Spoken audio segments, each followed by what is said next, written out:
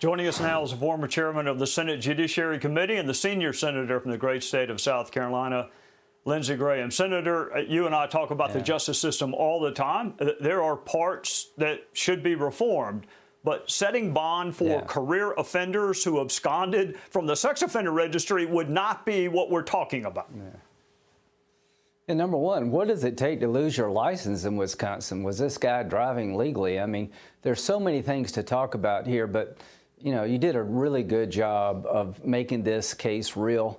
What do you say to the family of the victims? How do we go to them as a nation and explain to them that this man was allowed to be loose, given his criminal record? The chickens are coming home to roost when it comes to crime in the radical left.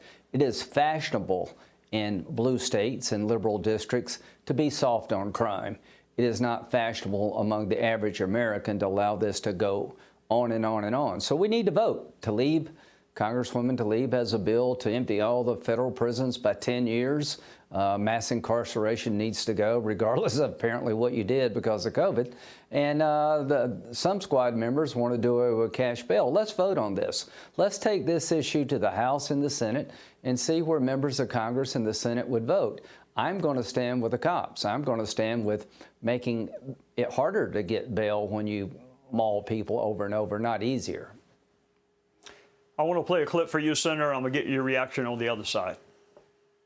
When they read out all of the charges that he had prior to what he did on Sunday, it made me sick to my stomach. And then to hear him start crying when the judge mentioned that these carried a life sentence, to me it was selfish that he did that he was worried about himself.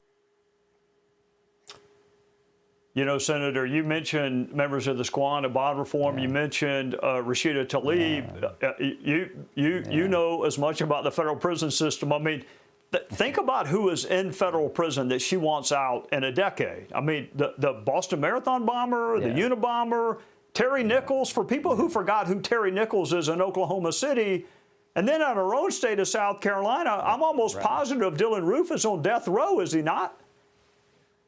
Yeah, I mean, Trey, this is insane and crazy and dangerous. 2022 is going to be a very dangerous year for America if something doesn't change. Terrorism is on the rise. We have rampant inflation. If we pass Build Back Better, it's just going to throw gasoline on our inflation problem. We have a broken border. You got Iran about to break out with their nuclear program, putting Israel in a box. And here at home, you've got all these crazy people pushing laws that make it harder to prosecute people, to let people out who should be in jail. And look at what's happening throughout California, where people are going into stores and cleaning out the place. You know, thousands of dollars are being taken by these flash mobs, and whatever happens to them.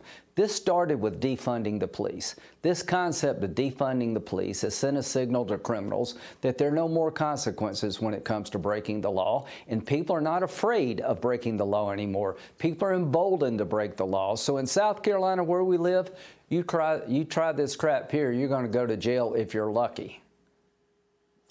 You say it's going to be on the ballot in November. Yeah. I hope that Republicans can quit fighting with one another long enough. I mean, this is a great issue. This is a fantastic issue if we can focus on that instead of the other nonsense. Amen, Trey. I mean, listen, we're the party of having the cops back. I'm all for judicial reform.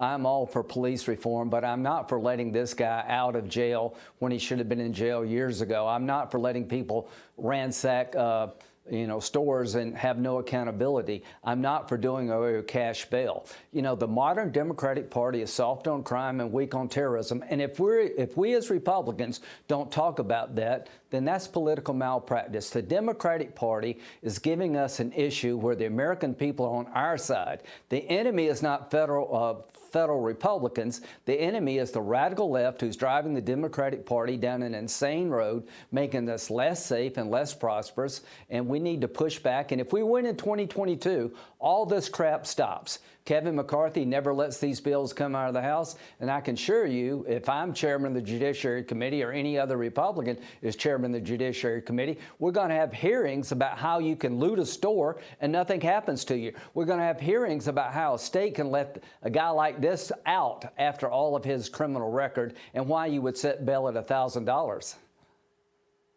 $1,000 bond. It's hard to believe. Senator, I do hope you and your family had a good Thanksgiving. I look forward to seeing you in person soon. Thank you. Hey, Sean Hannity here. Hey, click here to subscribe to Fox News YouTube page and catch our hottest interviews and most compelling analysis. You will not get it anywhere else.